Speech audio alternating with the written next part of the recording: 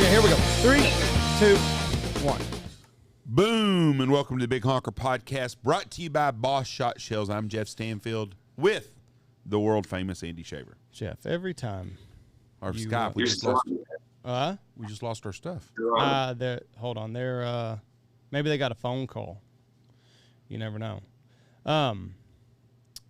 But yes, world famous Andy Shaver. And Jeff, we got a little bit of rain last night. We did. We got a big whopping. You've been bitching about it. We need it bad. You've been bitching about it, and then we finally got it. Yep, and hopefully all of our good friends around Albany and Throckmorton, where it's been burning up over on the Nail Ranch, they got a bunch of rain too last night. Right. So is it tornado season now down there? It is. Jeff's got a hard on. Your video went off for some reason. Is it back on now? Nope. It is not. I got a nice S for Skype.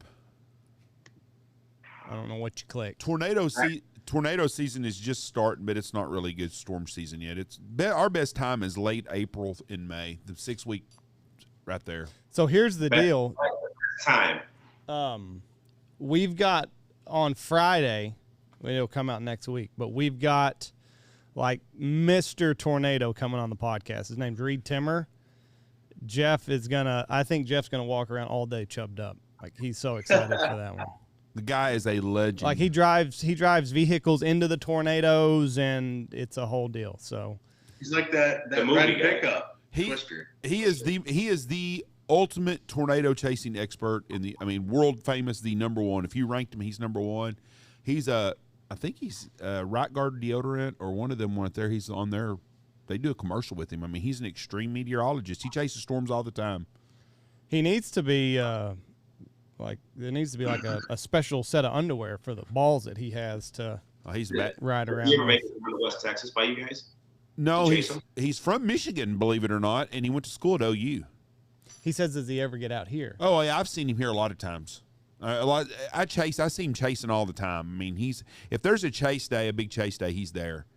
What kind of truck does he drive or car? He has, right in the last couple of years, he's been driving like a car that's beat to fuck. I mean, it's got hail damage all over it. Gets his windows knocked out 2 or 3 times a year. But he has a thing called the Dominator, and it looks like a fighter jet that they drive that has got these kind of anchors that come down on the ground to keep it logged in when the winds are real bad. But he deploys. They've been using these things. They deploy these things into the storms. I can't explain exactly what it is. Like on Twister? Like on Twister it's kind of like that, but it's not like the Dorothy on Twister. It's a lot more compact. But he'll drop them off these pods and puts them on the track of the tornado, and they suck them up in there and do a lot of research. He's a smart guy, but he is the ultimate expert on getting under storms. I know Twister's fake as fuck, but how much technology did they try to rob from that movie? I mean, you're seeing it now. How much? 30 years later. Well, I think the movie robbed it from the actual guys that were chasing. They were trying to do that? I don't think Hollywood come up with these ideas. I think it was actually been going on. They were already doing that in 1995? Yes. They were putting shit up in tornadoes? They were trying to. That show is, other than the cows flying around and shit and the actual tornadoes with the sickles and shit flying around and stuff and driving through a house and stuff, the actual chase part's pretty accurate. That's what it's like on a chase day. It's a bunch of different people doing it. It ain't like that now. Yeah, it is. It's fucking 17 miles of cars. There's mostly Chinese people. There's a lot of Chinese people doing it, but there's a whole lot. Oh, yeah, I've pulled up on the side of the road in these they do storm chase tours.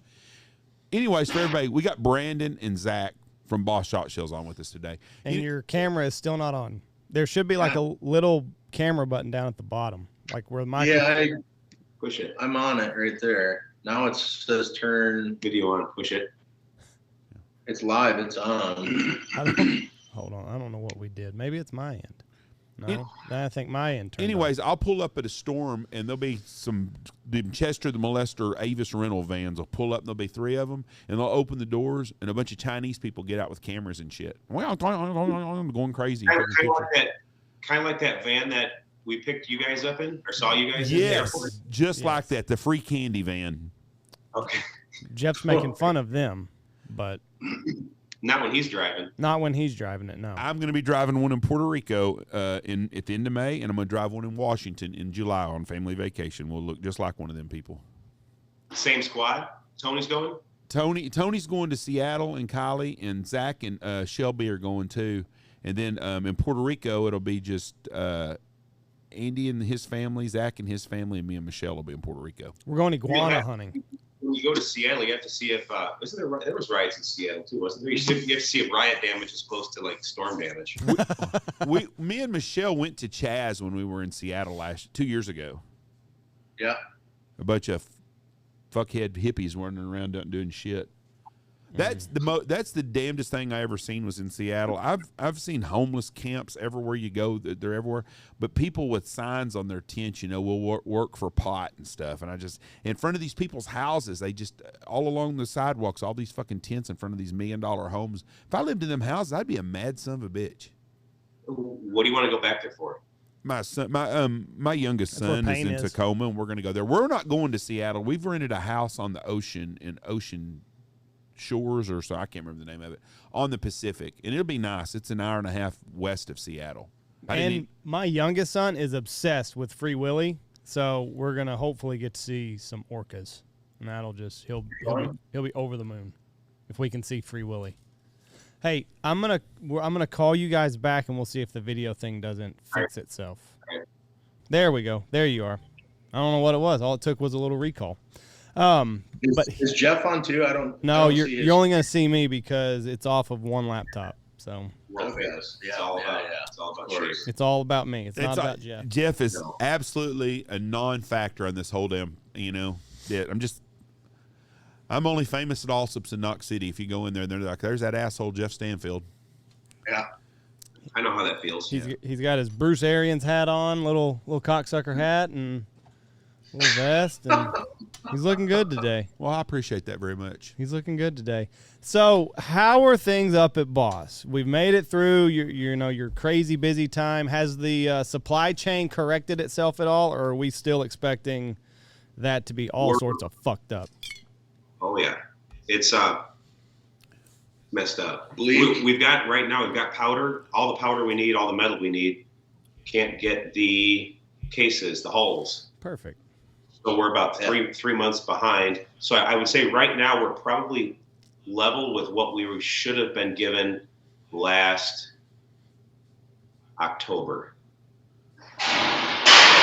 It's behind, and it's going to be a struggle all year. I mean, I hate to keep saying it but that's the reality of it. Now what's driving it is the strip metal for the brass on the cases. Mm-hmm. You can't get it. There's a global shortage of that stuff for whatever reason.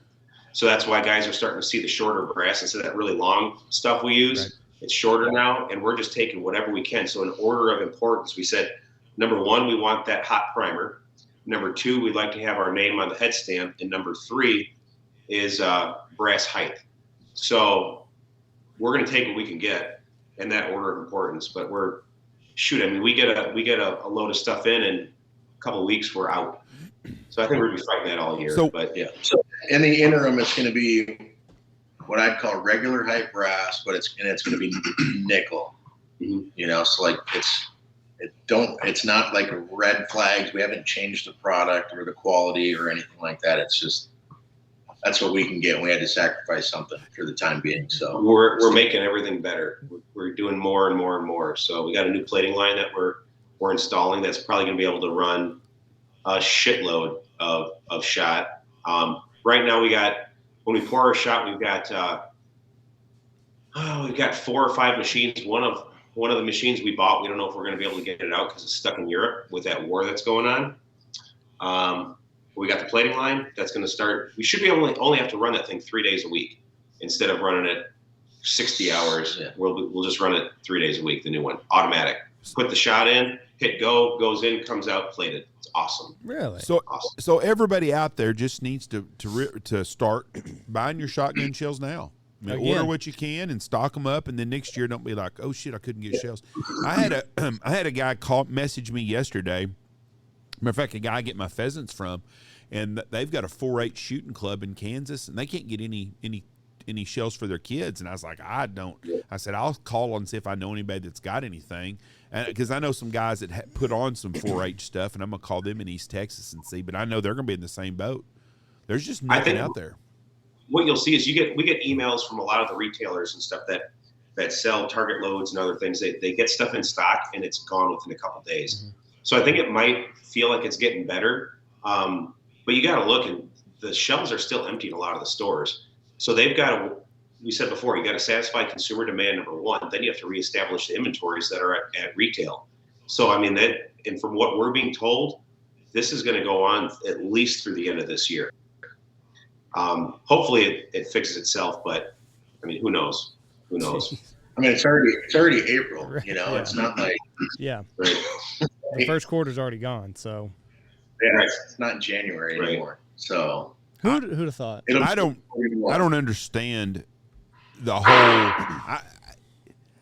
Just like now, they keep telling us there's going to be a big food shortage this year. Well, in our area, it would be caused by drought because we're having a drought, so the wheat crop's not going to be as good. But everybody I know that owns a business is working their ass off to try to get to wherever they can. But it just seems like we get shorter. Like the grocery stores, you walk in grocery stores right now, there's a lot of empty shelves. This looks like fucking communist Russia in 1984. And I don't know. I cannot understand why we haven't caught back up yet. Fucking, I mean, COVID's gone. It's basically over.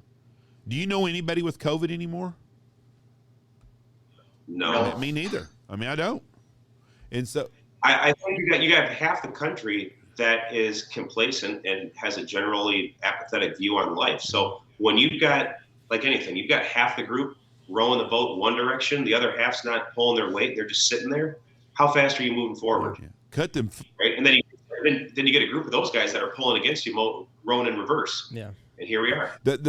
What's funny is I noticed I got the first complaint this last week from someone that can't understand why they're not getting their big government check this year, their big tax refund check. I've never understood a tax refund when you don't pay fucking tax. It's a refund, not just a gift. But that's what it's Christmas in February is what I call it for that group of people. But those people, they've been getting that check all month long because you get them child tax credits, right? Oh, right, yeah. And then all of a sudden this year, instead of getting a $9,000 check, they're getting a check for $47. And they're like, oh, where's my money at? Well, if I get a fucking job, you know, shit. Hey, money, like I say, money doesn't grow on trees, but it's all over the ground. You just got to rake it up. That's exactly right.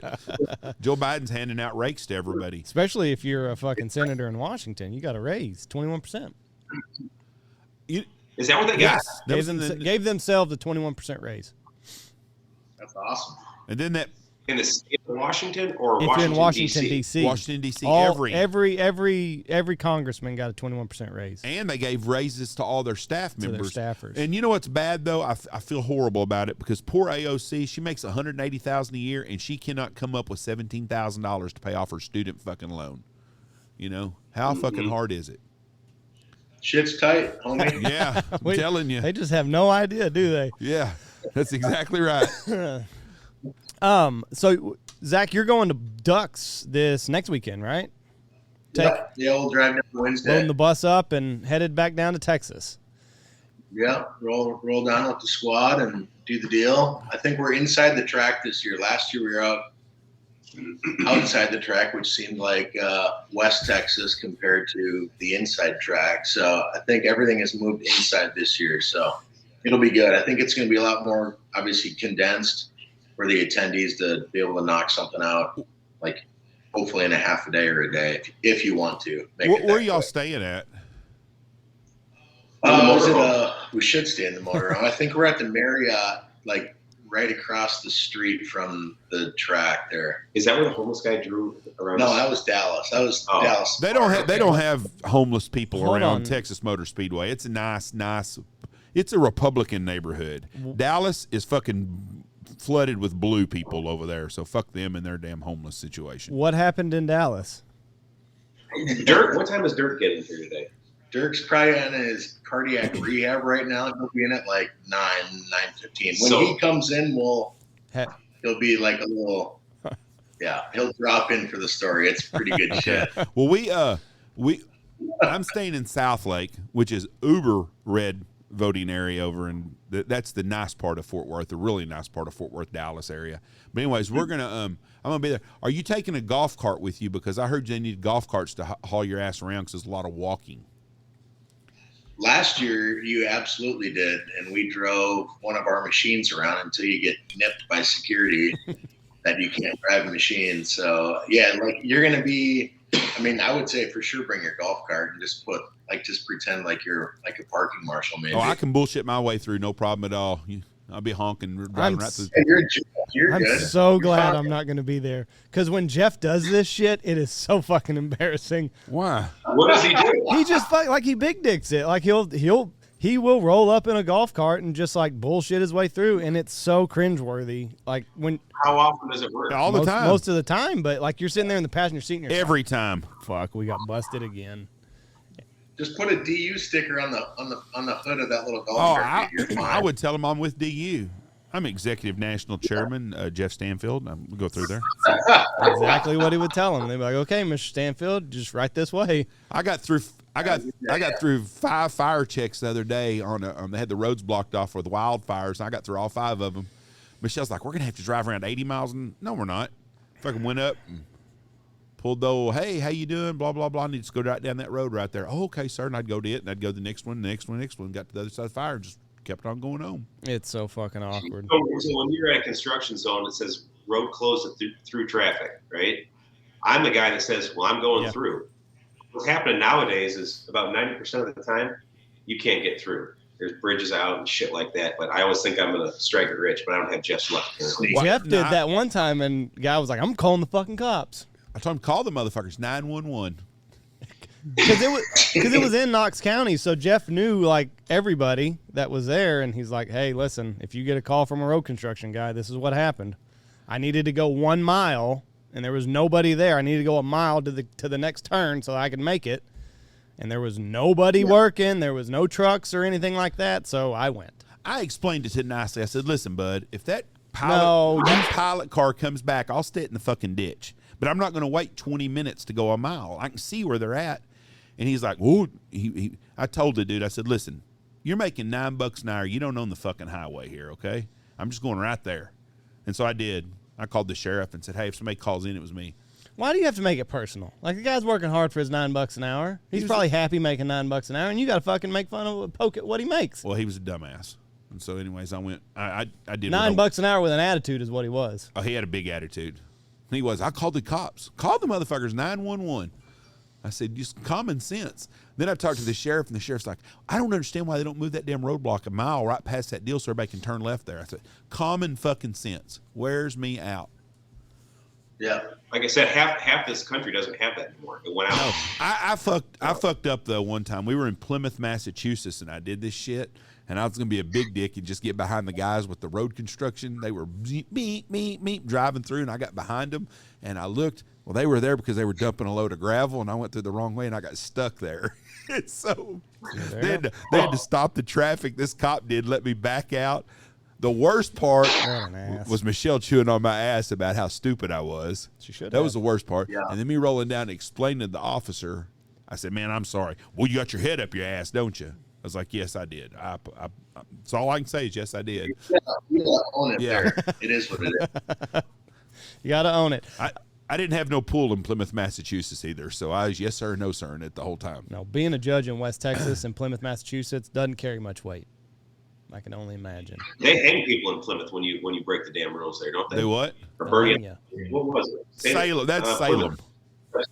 Okay. Yeah. So I got to ask, Brandon, how Key West, you go there every year. This is like the one. This is the one place we've not been. Okay. Is it the most Key West? Key West. Is it the most beautiful place in America? I think it is. I mean, I've been going there since the late 90s, and man, it's awesome. It's awesome. It's the only place I can really go and get away and not think about work or any of that shit. Dirk's here. The old boy, Dirk's here. he cleaned up it's too great. for this one. It's absolutely great. And, you know, there's some weird shit that goes on down there in that island. You know, it's pretty Democrat. Mm-hmm. Really? But it's one of those places where you can hang out with the damn Democrats and everyone still gets along. It's because everybody has a not common goal. It's just like eat, drink, and be They're out there to merry. have fun. Right. That's it. You just got to That's go it. see it, dude. Why don't you just go? I don't know. It's We like driving the Keys, so when we go down there, we'll split it up. We'll spend half the week on either Marathon or Isla Morada, and then we'll spend the other half the week on Key West. That's one place in America I haven't been to. The only place. I haven't been to Hawaii. I have no desire to go to Hawaii. I don't really want to go to Hawaii, other than I'd like to see the pineapple farms. I think that'd be pretty cool. But other than that, I don't want to go to Hawaii. But I've never been to Key West. I've been all over the United States, but the Keys. Well, I would get there because it's slowly starting to transform and change. The mayor in Key West right now is a pretty far left wing liberal Democrat who's trying to turn that city into Martha's Vineyard. The water remediation, because that's so low in certain areas of the island, she's taken all the money for water remediation and fixing up in certain areas, like all by where she lives, and not reinvesting it at other parts of the island.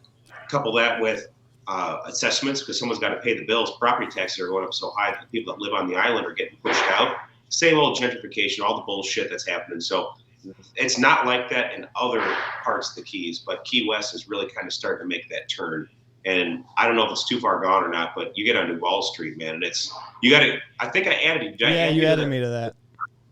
Gravity Chronicles, man, it's a big time down there.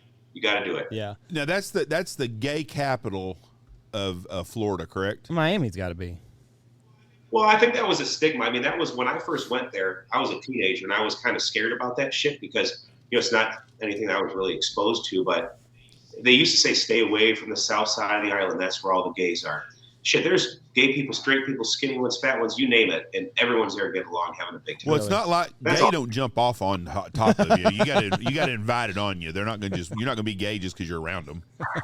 Yeah, I mean, whatever. I mean, we got gay people that work for me at the shop, and everyone gets along. It's not. There's. OSHA's about to be calling. It sounds like.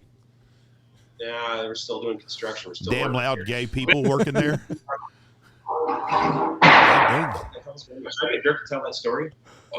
You know, the reason I said that. Have you ever been to Providence, Rhode Island, or Provincetown, Massachusetts, on the Cape? No, but I've been to Providence, Rhode Island. Provincetown, Massachusetts is I guess it's the gay vacation capital in America. And we drove there, and this highway patrolman, me and Michelle and his wife were having dinner with us in Salem, and he was telling us, or Marblehead, he was telling us all about it and stuff. I was like, what? We went there. I've never been to a town with everybody was gay. I mean, they have gay flags. Every house does. Guys with the hoochie coochies, YMCA cut-off shorts and combat boots walk around holding hands and shit. And I was like, God almighty. But I'd always heard that's the way Key West was. Gay people don't bother me at all. I don't give two shit who you're sleeping with. No. Well, second time I went to Key West, it was my sister and I was in college, and we booked a hotel room, and when we showed up to check in, because my sister and I are both teenagers, they wouldn't give us the room. They're like, well, you guys can't stay here.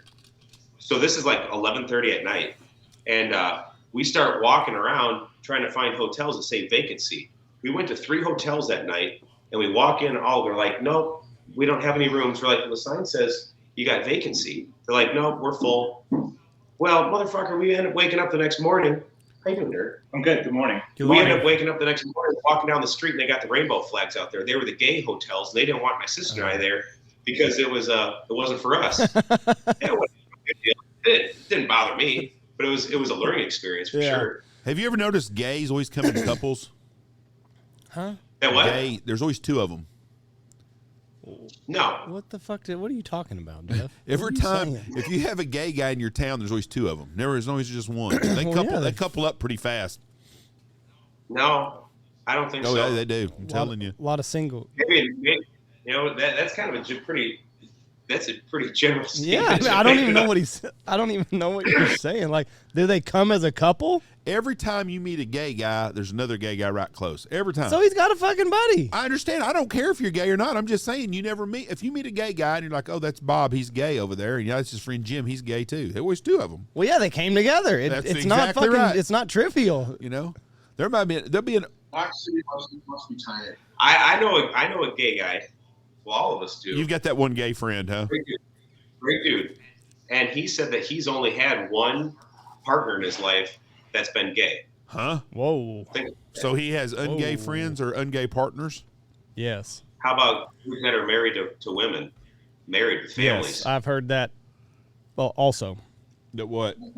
A lot of the gay people, Hey, like I said, there's room in the world for everybody. Yes. As long as no one fucks with me or tries to get me to think one way or another, I'm cool with it. Do whatever you want. Yes. Just stay out of my way and I'll stay out of yours. I want people to be happy. So if being gay is what is your deal, then more power to you. But just, Two of my most conservative friends are both gay, and they're not gay with each other.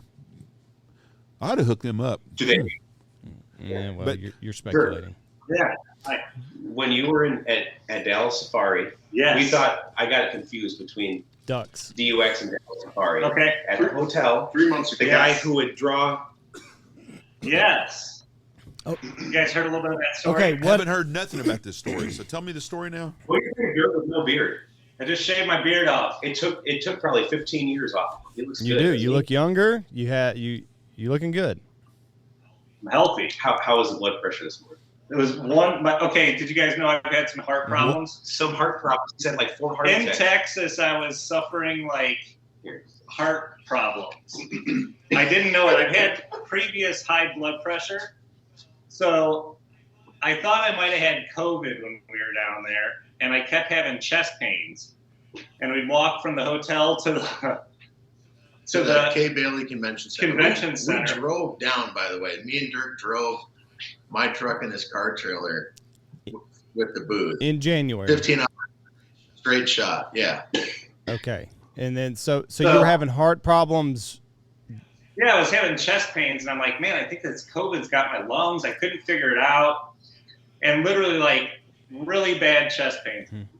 This whole week we're down there. But anyhow, long story Multiple short. heart attacks. I You were got having back multiple heart attacks. Yeah, 2 days. Yeah, I've had multiple. But while you were, Yeah, and then when you were at Wait, the whoa, Dallas whoa, whoa, whoa. Safari, He's already had. You've had multiple heart Yeah. attacks before too. Before, Yes. too. He's going to be like Mr. Potato Head here with heart conditions. So I got back to Michigan, and 2 days later had a massive widowmaker heart attack and had stents put in. Jesus, Dirk. So I spent weeks in the in and out of the hospital getting it dialed Is in. that, So is that the one where I thought that was the last time I was going to talk to you on the phone? maybe, yeah. I was talking to Brandon on the phone when I was in I hung up the phone there, and started crying. It was and terrible. it was It was terrible. it got from bad to really worse real quick while I was on the phone with Brandon, and just so anyhow. Was it seeing Matt Robertson's penis? Is that what sent you over the edge? Like having to do that? Is that the job that did it? It might have set something subconscious that pushed me over the I edge. mean, I never got over it, quite frankly. okay. So hold on. There's a bunch of stories here that we got to get to. Yeah, so I'm dialing it one in. at a time. One at a time. So anyhow, they asked how my blood pressure was this morning. I'm in cardiac rehab. I just got back from rehab. When I walked in, it was 102 over 64, That's perfect. which is about half my normal rate. So I'm maybe just a touch over medicated, but that's good. And then I did 45 minutes on the treadmill, 3 miles, and directly after, without any rest, I was 112 over 72. So they cured you. You're fixed. Well, I'm on a lot of medication, so hopefully we can get this dialed in a little bit. I thought they better. gave you a bunch So of we're in stents. Yeah, Only yeah, one, that right? opened one stent opened up my widowmaker artery. And then you had this thing. What was going on? Yeah, where they went in for the to put that stent in, they go in through your femoral artery and they put a little plug in there because it's a big artery. And a few weeks later, while I was in the hospital, after the stent, my blood pressure climbed to let's call it 230 over 120, and ended up back in the Jesus. ICU. And the blood pressure got so high it blew out, and I had an aneurysm in my artery on the femoral artery. Jesus. So, yeah, it's been a month of 6 weeks of a lot. So you're basically Today- you're a dead. They asked me if I had plans on when I was returning to work. And I had to tell them that I've been back to work for 5 weeks or so. Dude. So that's the story on that. So we're in Texas, and at this point I was kind of weaning myself off cigarettes still. So I'm having heart attacks, and I went outside to smoke a cigarette in the back of this hotel, where all the bums hang out. So this one bum is probably 6'4", and bear with me here. This guy was sophisticated, Okay. dressed well. He was from Spain. He was probably 40 years old, he looked like he could have stepped out of a limo on a runway somewhere, right? An elegant dude. And so I'm talking to this guy, and he's just rambling about his day, and he's going on and on. He goes, I've done this and I've done that, and I was over there and I did this, and then today, then right here, and he takes a Sharpie pen out of his pocket, and he bends down and draws an outline of his feet on the concrete right there, and he goes, right here, this is where I met you at this point in time. And then he starts walking me around and showing me all his footprints. At different points throughout the day. So he's locating all of his little spots he's geotagging his existence. So I get to use this in my arsenal of fun things, but I'm going to. We've got Tyler who takes care of running shop machines and keeping up on some inventory and all this. And as anybody does, he makes a mistake every once in a while. But the next time he makes a fucking mistake like that, I'm going to walk up with my Sharpie and draw an outline around his feet and go, right here, at this time and this day, you know you fucked up. How the fuck did you get this conversation with this homeless elegant dude? So you're out back smoking a cigarette in January in Dallas. In January, and like with all the bums, and you're like, hey, how about you? Let's talk. Yeah, it's kind of my MO when I'm in that place where I got to go out and smoke, and there's people over there. You kind of head toward the homeless. There's always a story there. So I'm in the hotel. And Dirk's like, I'm gonna go out and have a dart. I'm like, all right, cool, sounds Smoke good. A fag. Comes back in, his eyes are huge. I'm like, he's like, dude, you will not believe this shit. And I'm like, oh, okay. Tell me more. So then that happens. We go across the street to a little restaurant, grab some food. We're sitting there, and Dirk's like, fuck, there he is. You guys walking down the sidewalk, sees us in the restaurant through the windows, fucking comes in the restaurant. I'm like, how's this going to go? You got to buy him dinner. Yeah. The bartender's like, oh, yeah, he's a good dude. We see him all the time. And Dirk's like, that's him, dude. That's him. That's the guy. That's the guy. He's schizophrenic, you know? Did you buy him lunch? No, we didn't. He was on his way. He didn't stop moving the 8 seconds that he was talking to us. He had no clue that you've seen Joe Tiger King naked. No clue. No, you didn't see him naked. I You saw his boyfriend. But yeah, husband. He's probably, if you would have told him, he'd be telling that story still in Dallas about meeting you. Yep, that would be a geotag footprint that would last. So he was, let me get this straight. He was walking, and then he was like tracing his foot? Wherever he encountered something that was important throughout his day, he would mark that location. Oh, my God. I'm telling it's right downtown Dallas at the Magnolia, the Magnolia Hotel. Right behind it is where all the bums hang out. And that's behind where all the right behind. He's down there. I'm sure if anybody down that area is listening, you go find this guy. He's a hoot. So I'm telling you right now, somebody will know him. Somebody will know him on this podcast. Somebody will message me and say, "Hey, that's old Bill from Spain." Right across the street from AT&T corporate headquarters. And that's another spot. Dirk. Yes. Let's go back to your heart attack now. So you get back to Michigan. How many heart attacks did you have while you were in Texas? Well, I mean, it's hard telling. A heart attack and cardiac arrest are different. A heart attack means you did some damage to your heart. And they test that when you get to a hospital by drawing blood. And you have a tropopin is a enzyme that your heart muscle kicks out if it's sustained damage. And they usually test that when you walk into the hospital with these issues, and they test it 2 hours later and then 2 hours later. And if it's climbing, then you're in active problems. If it's declining, then you've had one in the past. So, well, you had another one when we were eating Chinese food that one day when your glasses fogged up. I've had 4 and 7 years of that situation where I showed up and it showed that I've had damage done in the past couple hours. 3 weeks ago, we were eating Chinese at lunchtime. So we What'd you do when you're eating Chinese food? Fogged his fucking glasses up. I was overheating. No, I was overheating. He vapor locked right there. It's sometimes confusing to sort out all the symptoms with heart disease, in all honesty. So, yeah, anyhow, so just judging from my past experiences and then coming home to a quite severe heart attack, I'm sure I was suffering a couple while I was in Texas. So, I mean, we're setting up the booth, and he's like pulling at his chest. We're driving down. We're going over that bridge. You got Bass Pro on the left over that water system right there, and he's in the passenger seat, and he's like, "Fuck, dude, I don't feel good." And I'm like, "What do you mean?" He's like, "My heart." I'm like, "What?" Like, dude, excuse me. Okay, like, where do you want to go? Yeah. When did you have your first heart attack? I was like 43. And that didn't give you no warning signs that maybe when your chest was hurting that you were having another heart attack? You seem like a pretty sharp guy. He knew This was the first time out of all of this that I've had chest pain. So it doesn't always present as chest pain. Yeah, but you've had a heart attack before. But you'd had a heart attack before. You didn't just.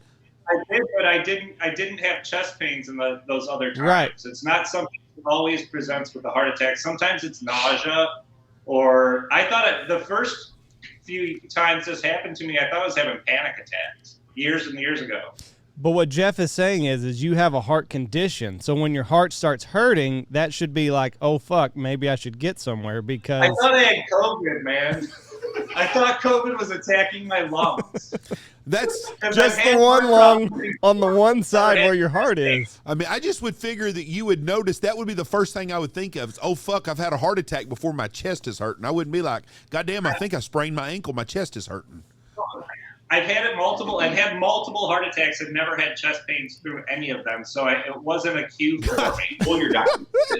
Yeah, and I've been in and out of with a cardiologist for years, and it's just something that has been missed. And what's kind of wild is, so you go in and they're going to do this heart procedure called, the stent gets put in. You're conscious through that. Is it painful? They lay you on the table. It's an emergency procedure. The heart surgeon comes in.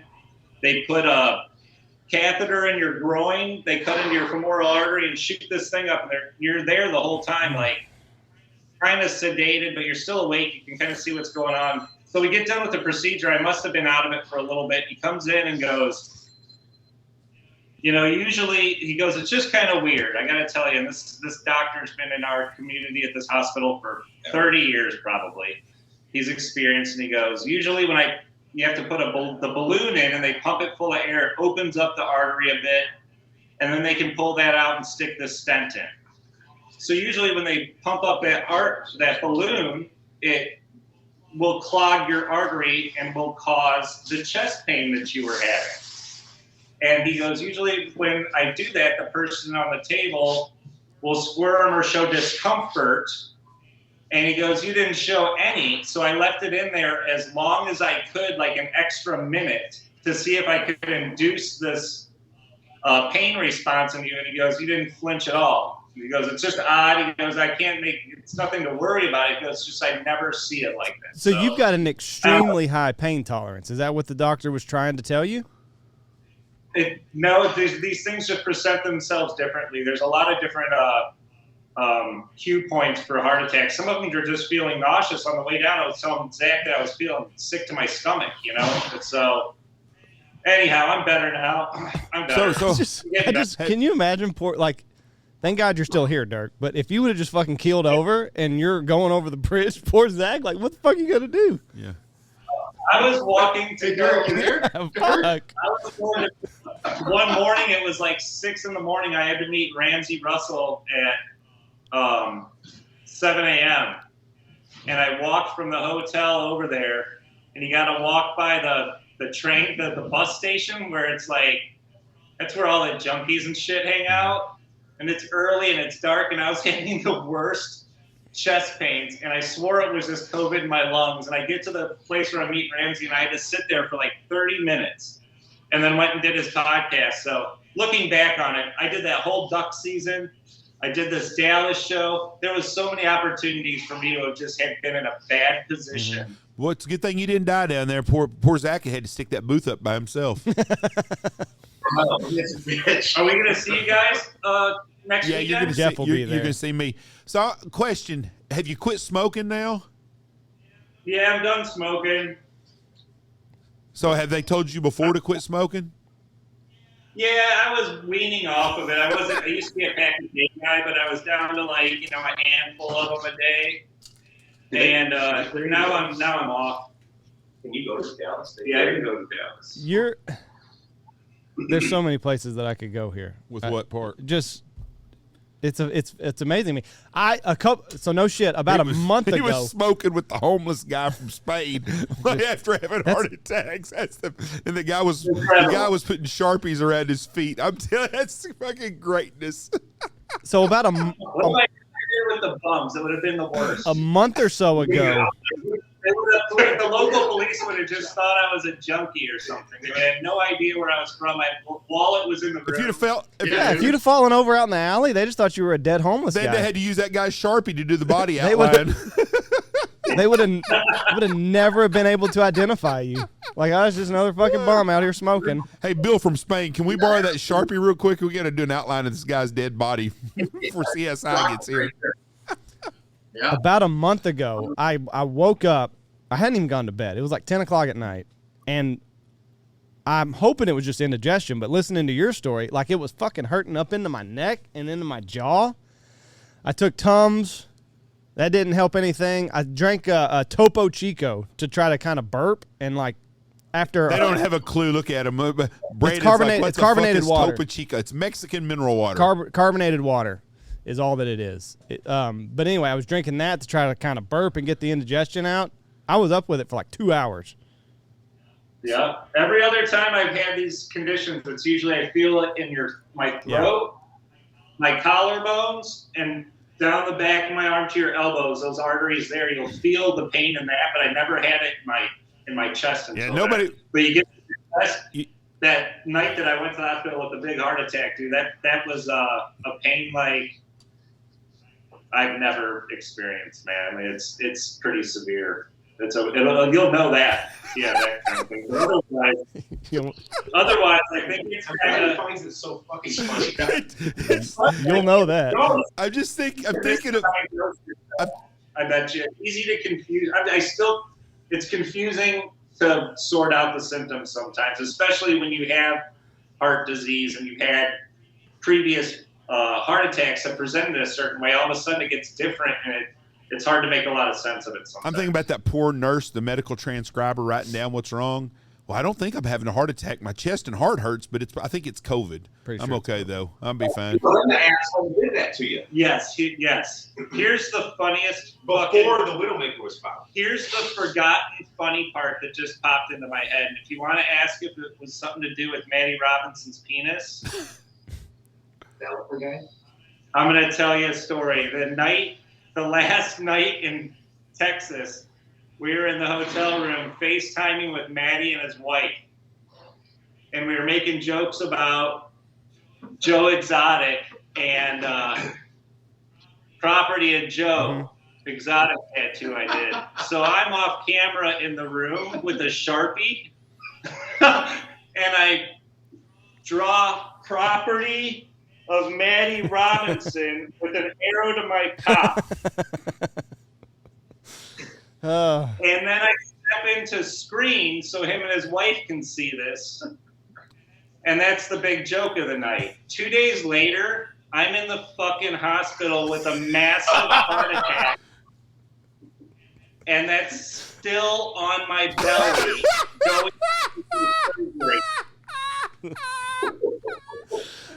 And that's 1,000% true, dude. Who wrote it? Did I do it right backwards? I'm a tattoo artist. I'm an artist. The people are like, I bet this fucker just come back from Key West. Yeah. I couldn't even imagine the joy I brought to the table. Now what's going to happen is not only are we going to meet somebody that knows the dude that draw the Sharpie King in the alley, but there's going to be someone that's going to say, my wife worked at the hospital when that guy was there. We had to Google him to see who this guy was. She's hilarious. Yeah. Oh my. So, yeah. Dirk. Oh, this is pure greatness. I'm sad I'm going to miss you in a couple weeks. This is how shit is every day here at the shop. Oh, every day, nonstop. It's Jeff, why don't you stay with us in our hotel? Where are you staying? Yeah, no shit. Jeff doesn't smoke, and it sounds like Dirk would. Yeah, Dirk needs to get carted around. Jeff would be scared. We're staying in Trophy Club at the Hilton.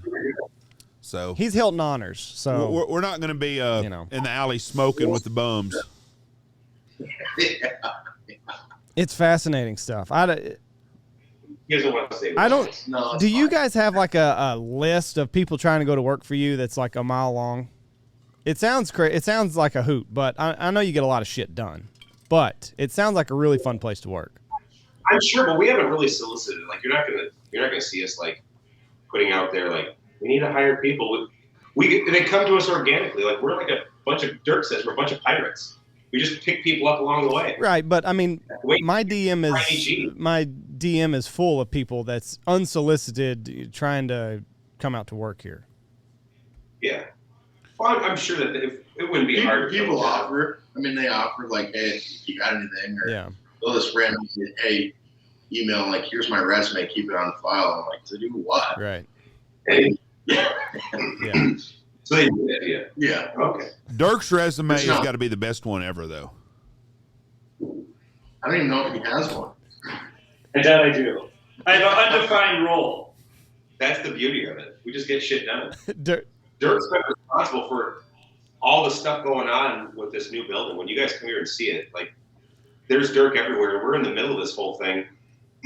Dirk's going in with this massive heart attack. It was like 10 o'clock at night. It was later at night. Late. I hung up the phone. I'm thinking, it was during the week too. It was a Thursday.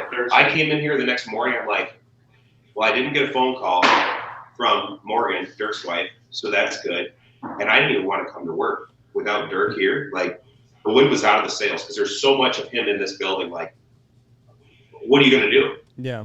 You know, that's me being sappy or emotional, but like, we got a family here that we got to take care of.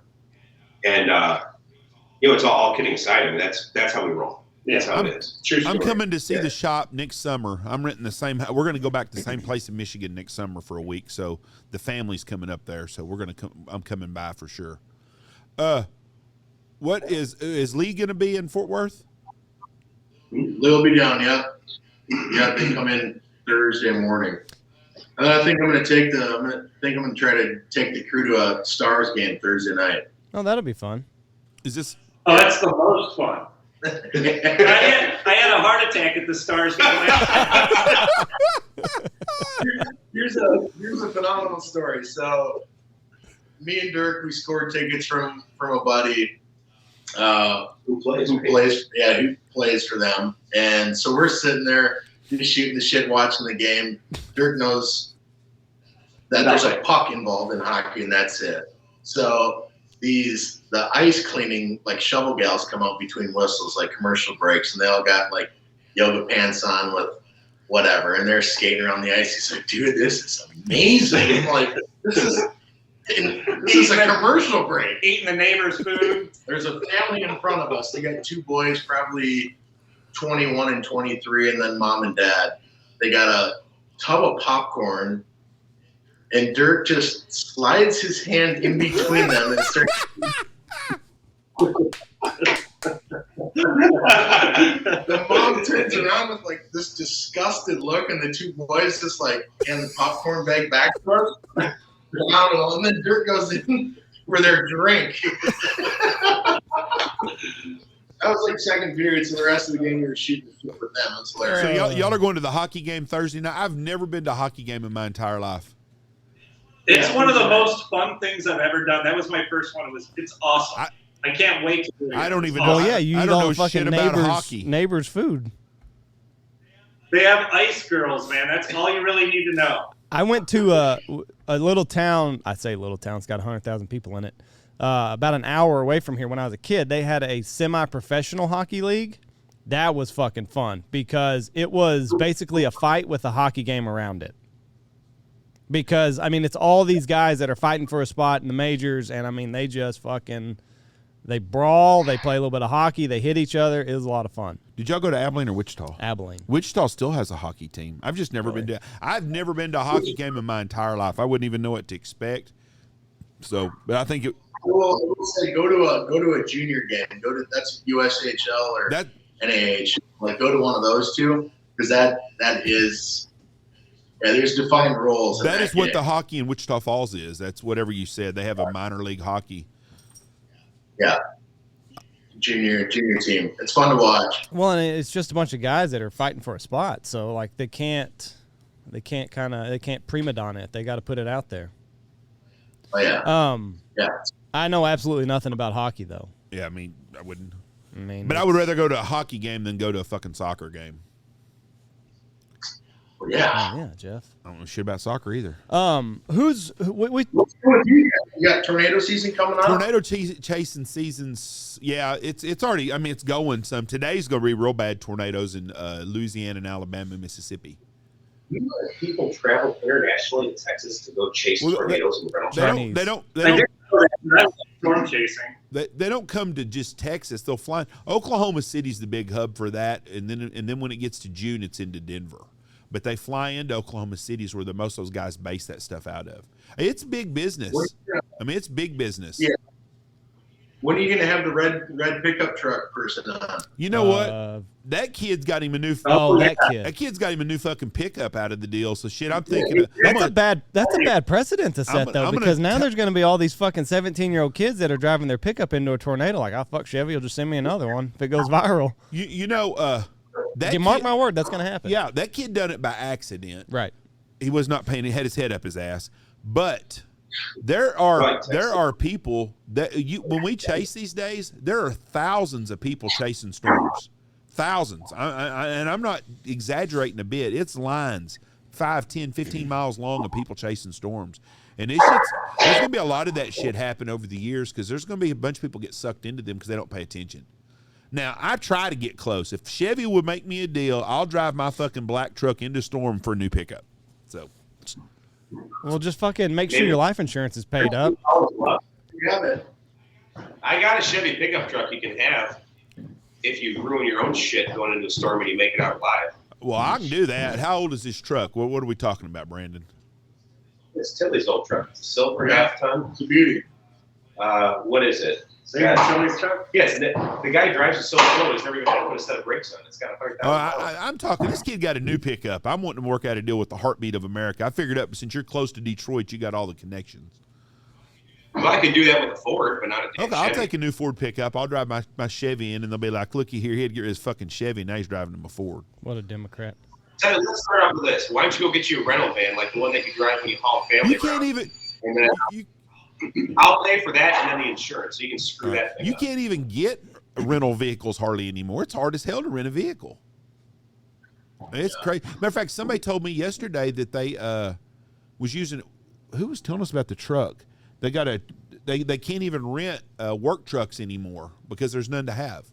Somebody just told me yesterday that they were getting rent trucks they rent them at a month at a time using for their company, and they've done it for years, and now they won't let them do that anymore. He should Uber it. That'd be like a Seinfeld episode. If you remove Seinfeld in today's time, like Kramer in the back seat, and like, just go right there. You know what? Right. And have them drive you in an Uber. Most of the Uber drivers I've been with don't speak very good English. They would not enjoy chasing tornadoes in it. We had some hunters with us from Ohio, and they evidently there's a big Ford plant close to where they are, I guess in Kentucky, and every day they drive past this lot, and Ford, there's just beautiful F-250s out there, just covered the entire lot. So the guy was driving to work the next day, and there were no Fords out there. The lot was completely empty. He knew a guy that worked at the plant. He said, "Hey, did you get chips in? Like, did all those F-250s, did they go out to, dealerships?" Because he'd been hearing about the chip shortage. The guy said no, they were rusting out. They'd been on the lot so long, we had to put them under the press and demolish every single one of those. Just because they couldn't get fucking chips. They had to demolish an entire lot of F-250s. Same thing up in Swartz Creek when we were goose hunting with Connor this last fall. We drove through Swartz Creek, Michigan, and they took the fairgrounds, and the entire fairgrounds on grass, now growing into tall weeds, was covered with half-ton Chevy and GMC trucks. Just waiting. Don't worry about it. We got Intel plant going in. We'll be producing our own chips in no time. Hey, how far do y'all live from Battle Creek, Michigan? Hour. Is it really a shithole like the other guy told us it was, or is it a nice place? It's not nice. It's not nice. That's a politically correct, nice way of saying it's a ghetto. The industry left that town probably 30 years ago. Where'd they go? Somewhere else. Not Michigan? So they don't make cereal there no more? It's not the cereal? This all goes back to the way the state was run when we started electing Democrat governors. John Engler was a hell of a good dude, and he wrote the playbook for what turned into like a decade of prosperity for manufacturing in Michigan. And then the guys down in Indiana took that playbook and ran the freaking table, and then we started hiring Democrats to do the damn job, and here we are. What year was this? What year was your last Republican good governor? Well, before Whitmer, we had a Republican. He was kind of a do-nothing kind of guy. Engler went out in the late 90s, early 2000s. So it's been 20 years. So it's been 20 years since you've had somebody competent to run your We've state. been on the spot for, yeah. Well, the whole country has, dude. America's in decline. Oh, horribly. I agree with you 100% on that. And unfortunately, there's a few bright, shining stars in the country, and it's Texas and Florida. Everything else is just going to shit. Rapidly. Oklahoma is really a good state, and so are the Dakotas. When they ask wealthy people who went bankrupt, how did it happen? And the answer is slowly at first and then all at once, right? Right. I feel like we're starting to get to that all at once part. Yeah. I don't. It's scary because I got young kids. Well, I mean, we all do. You know, we live in a town that bases its whole heartbeat on oil, and oil's almost $100 a barrel right now. I don't know what it is. It's somewhere between 90 and 110 probably.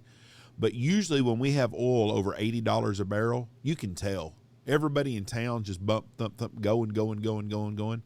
You can't tell that oil's high right now because there ain't nobody in the oil company. The oil companies aren't spending any money like they usually do at this time. Because I think they think it's only going to be a short-term deal, so why make the investment if you're uncertain about the future? I think you're exactly right. And I've also been told, and I don't know how true this is, that even though the White House keeps saying that we've got all these drilling permits, they're forcing these banks to not loan money to energy companies right now. And energy companies don't want to use their own money. They want to borrow money at a bank and keep their money in the banks. 104 is what it's at. 104. $104 a barrel of oil, you should right now be on fire everywhere. I don't understand how fucked up. I can't believe there are people that still support these idiots in office.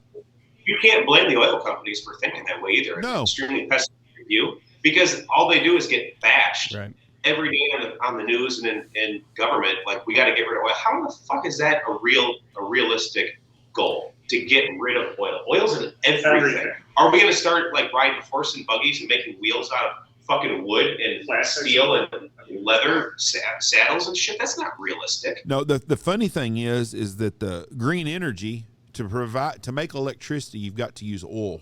It doesn't matter what you do. Everything that's made has oil in it, from a lubricant to plastics or whatever. So, wouldn't you think, with the standards that we hold ourselves to in the United States with EPA and permitting and emissions and all that shit, that if you have to produce oil in a responsible fashion, wouldn't it make sense to do that here? We're actually about what goes on in the environment versus, I don't know, China, Russia, and all the other countries that aren't held high standards. That's right. And who makes all the profit off oil? The government does. The government makes more on a gallon of gas than Shell Oil or Exxon does. They make about 50 to 75 cents a gallon, depending on what state, with all the taxes and stuff. They don't want to give that shit up. That's free money for them. Right. If you want to look up something scary, look up how the Germans got oil in World War II. What they do? Rockefeller gave them the technology on how to fucking produce it. Yeah. Until they were making synthetic fuels back in the 40s. Until the government came in and said, no more. You are an American company. You will show allegiance to your company, to your country. But yeah, up until that point, we were fighting the fucking Nazis, and Rockefeller was giving them everything that they needed to move their tanks and aircrafts and all sorts of stuff. So. Yeah, I mean, in a free market, how free is the market then? I mean, that's kind of a crude example, but like, how free are we if the government can step in any time and tell you what to do? Now, morally, that's one thing, right? Mm-hmm. But there's no such thing as true freedom, man, anymore. I'm convinced. I think you're right. I think the last days of freedom were about 1778 probably, or 1780 before we figured out another way to fuck us around. Goes back to what Dirk said. It was slow, and then it was all at once. Everything was taken away from us. That's how shit happens. Slowly at first, and then all at once. I'm still thinking about you laying on that fucking surgery table and them looking down at that fucking property of God Almighty. There was a moment there that I probably giggled during this whole fucking. I giggled. If I had my phone on me, I've been like, Doc, give me just one. Can you get a selfie of me during this procedure with this for my guy? And Maddie's probably like, buddy, that's a good looking tattoo. That's a good, hey, buddy. So, okay. For Maddie, the last time we had y'all on here, we were kind of teasing that this was going to happen. The day comes and it's time to tattoo a penis. Yeah. What was that like for the three of you? So you got Dirk that was doing it, and then Zach and Brandon, you were kind of satellites popping in every once in a while, and it was exhausting. 6 or 7 hours. It was exhausting. I felt like I needed to go home and take a nap after that. I've never laughed so hard in my life, I don't think. It was one of the it was funniest draining. things I've ever done. It looked excruciating. Big highs and big lows. lows. Like, the more you get towards the tip, it gets Oh man, that hurts me thinking about this. Did you lidocaine it at all? Was there any numbing agent? Nothing at all. He had some Hershey bars, little chocolate to suck on. Nothing. So what is this? What is the tattoo of? What's it's a ruler? It's a ruler. That's right. I couldn't remember what it was. It's a measuring stick. Yeah. Whose idea was it? It was ours. I can't. It happened in the goose blind when we were with Connor. He talked. So how it came up was Maddie got in a little scuffle when he was like a teenager. Oh, kicked in the nuts. He got kicked in the nuts and like blew one of his. He got assaulted by gangbangers in the middle of the street. Oh shit! In a bad neighborhood. Yeah, so he's like, dude, it's like it was emergency surgery to like put that whole thing back together. And I'm like, bullshit. And he's like, I promise. I'm like, let's see it. So he shows like this scar, and I was like, Jesus, dude, like, sorry. He's like, I bet you wouldn't get a tattoo on your dick. He's like, I bet you I would. It's like $1,000 to get a tape measure on your dick. He's like, done. So I looked at Dirk. I'm like, sorry, Dirk. Done. Maddie got a G note. Dirk didn't get shit. He got memories. I'm accepting donations. God Almighty! So he had to be in a erect state for this, also. No, only for the first part. Just to put the stencil on, and that was probably the funniest fucking thing I've ever seen in my life. So we haven't talked about this, have we? No, we have not. We were still in the planning phases last time. So we were gonna do it at the shop or something like that, but I called a buddy of mine who has this really nice shop, and it was in the morning. I said, "Can I just use your shop in the morning?" He said, no problems. We go to the shop. We all meet up there. There's probably seven of us there. Scott. Easy E. Maddie. Easy E. Now that's a go-getter right there when you got a name like that. Yeah. Six or seven. So anyhow, we end up at the shop, make the stencil, which is like a stencil. It's a piece of paper and you so it's like to the penis. So he's got to get himself all worked up and hard for this. And so he goes into the fucking bathroom. And closes the door and tries to pull up a video or something to work himself up while 6 of us are outside this fucking door giggling. And This is, if you really put yourself in Mandy's position, this is a feat. Yeah. Not an easy accomplishment. I would have a fucking difficult time with this. I would be inverted. So at one point, we're all laughing. He's like, guys, got to be quiet. So Zach has. You have to be quiet. Don't talk. Zach has somebody on FaceTime, you know? And so they take the FaceTime on the phone and slide it real quick underneath the door. So that sets Matty off. He comes out. He couldn't get hard now. His fucking hat and shirt were wet with sweat. Wet. He's like, I just can't do it, buddy. I can't. With all this, it's too much pressure, and on and on and on. So he goes in for round 2. Well, why am I crooked? That's what happened. And then he goes in for round 2. Well, then he finally worked it out after he told us to knock it off. I go in, and you got to put the stencil on. So that means I got to apply stencil gel.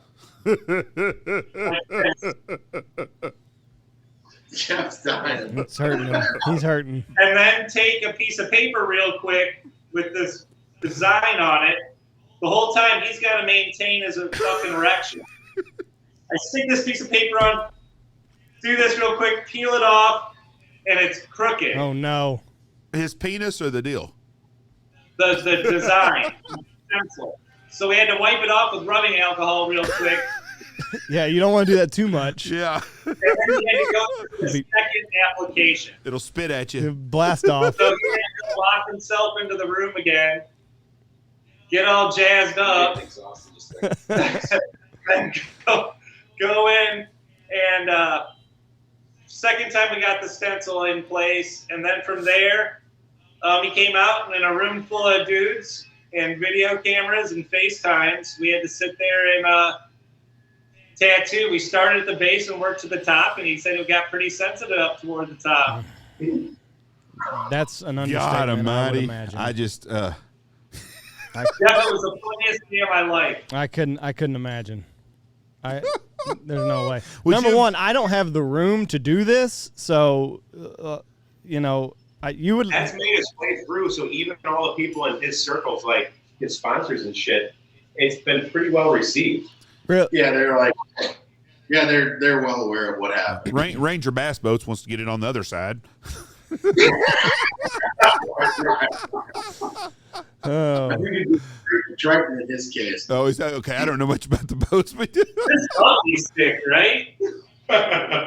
we got a guy in town that an older guy, and I'm not gonna say his name, but anyways, he's a friend of mine, and he's a lot older. He's in his 60s now, and he was on a date with this old gal one time, and I called him TA. I said, well, how long you been dating no TA? And she goes, huh? I said, yeah, TA. I said, he didn't tell you his nickname's TA? She goes, no, why? I said, oh, he's got a tattoo on his dick that says Tuscaloosa, Alabama when it gets big. And boy, I tell you, it embarrassed the shit out of that son of a bitch. It's TA right now, but when it gets hard, it's Tuscaloosa, when it Alabama. gets hard, it says Tuscaloosa, Alabama on it. So Matty goes from centimeters to inches. So is he catching shit on the fishing tour about this? I don't think so. No. Not that we know. I mean, every story I hear question about validating the story, I'm like, yeah, it's a true story. Got my picture made with it. Dirk, is there a lot of pressure whenever you're doing this? So like, okay, this is life or death here. I can't fuck this up. It's gonna be there forever. There's a little pressure like that, but after years of doing it, it didn't seem to be a lot of pressure. No. Would you take it personal if he couldn't have stayed hard? Like it was because. Oh, he was sorry. The whole duration. No, I wouldn't have taken it. I just don't excite you, do I? No, I wouldn't have. So I wouldn't have taken that personally. So I want to know. So like, do you just pull it out away from him because you said he's. Yeah. So after the stencil went on, it's now not. It's a flaccid, soft one to do the application, and that skin's a bat wing stretch, you know, and the skin's got to be kind of taut to do it. So I don't even. It just kind of pulled it, put it on. I don't even remember. He was leaning up against. Yeah, he sat on the edge on the edge of a massage table, kind of, like and just I would pull it tight over the edge of the table. I don't see I don't see how you have enough hands to do this, because like you got to pull it long and wide and Matt would pull it. I got you. Because I was gonna say, like, you should have recruited help. Like Zach or Brandon should have been pulling it widthways. I tried to look this up for a month beforehand on how to do it. I've talked to all my tattoo buddies. The guy who owned the shop, I said, "You ever done this?" He said, "Nope," and kind of just figured it out. And it stayed and it worked. And I guess I haven't seen the finished product, but he says it's a solid, good deal. I mean, when these guys are doing, it's art, right? Mm-hmm. And it's funny to laugh and joke about and cut up, but when you saw like even Preston and Dirk, it's like, this is my job. Here's what we're doing. Like, who gives a shit that I'm? Yeah, you don't really know what it is at that point. You're just doing lines, making sure that part. Right. Well, it's kind of.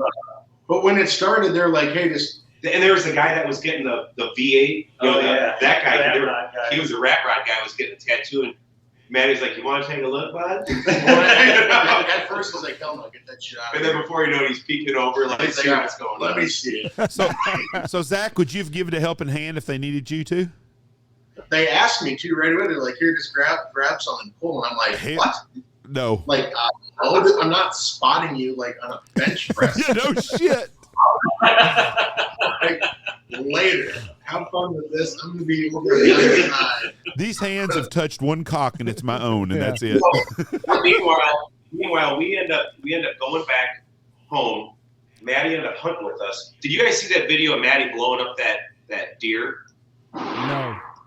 For the Christmas naughty tree list for Santa? No, I don't think. Okay, well, we did a video there, and we pick up Landon from school and head out there. So it's all of us adults and then my 11-year-old.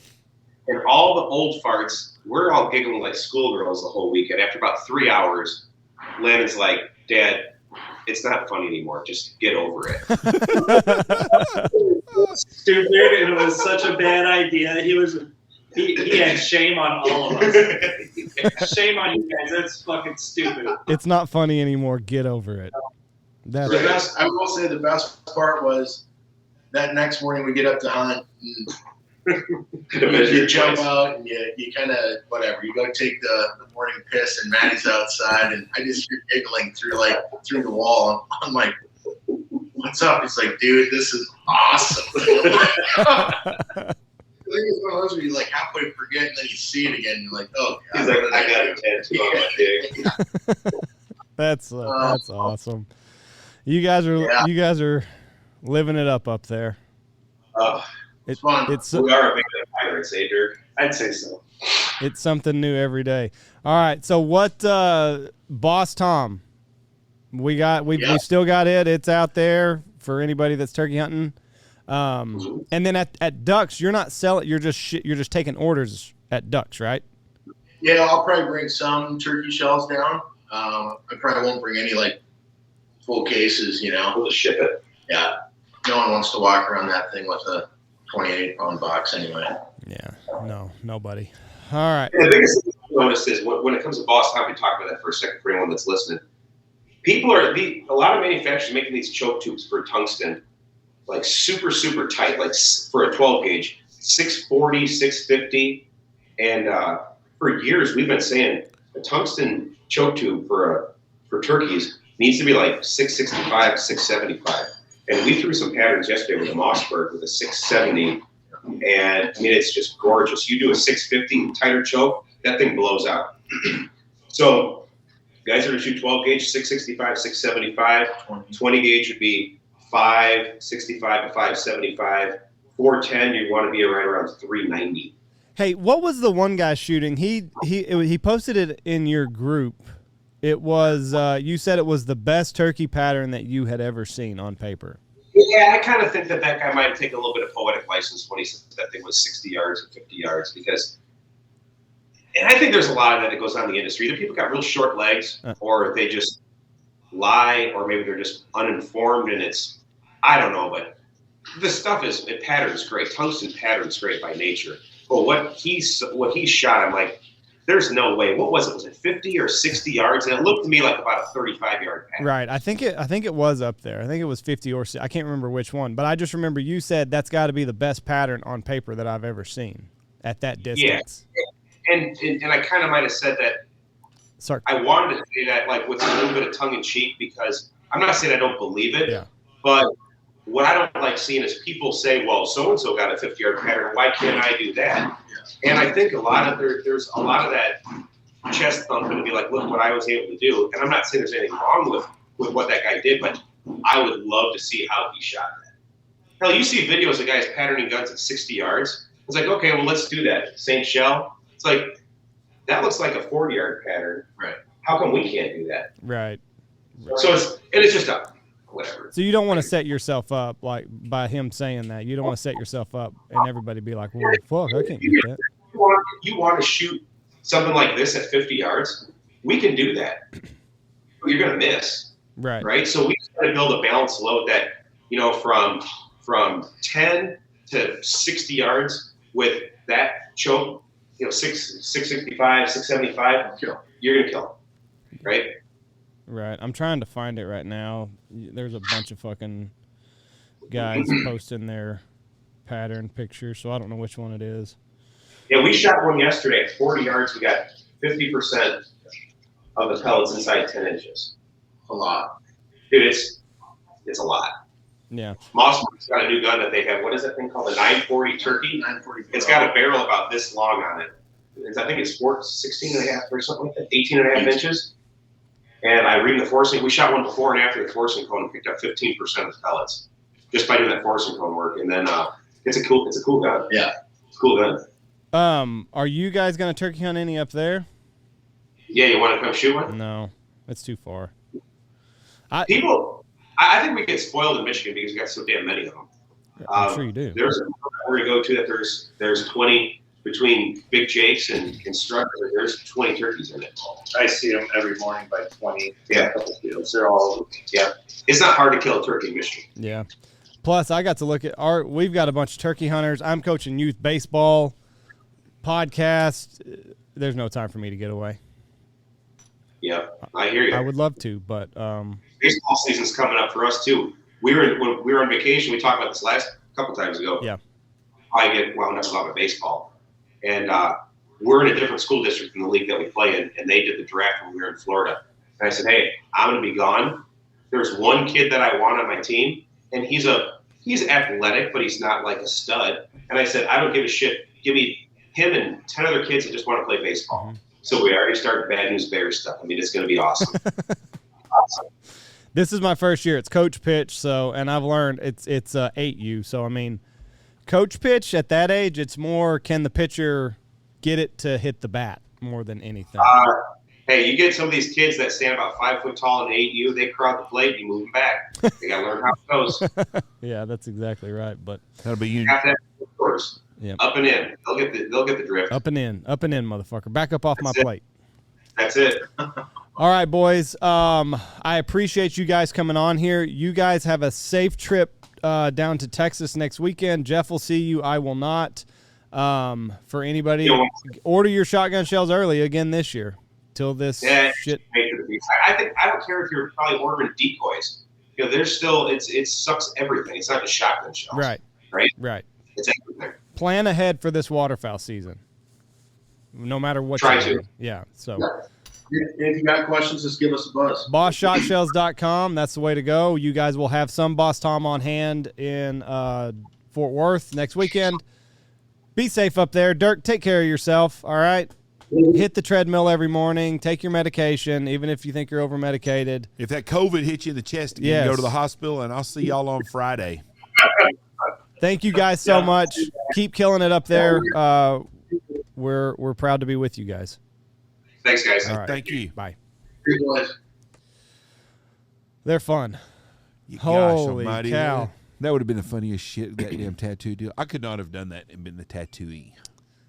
There's no way. There's no part of that. Other than the guy that like peeks in every once in a while to see how the progress is going, there's no part of that that I can do. No, not at all. Would you hold your buddy's penis? No, I will not. I would not hold the penis. I would not stretch the penis. I wouldn't.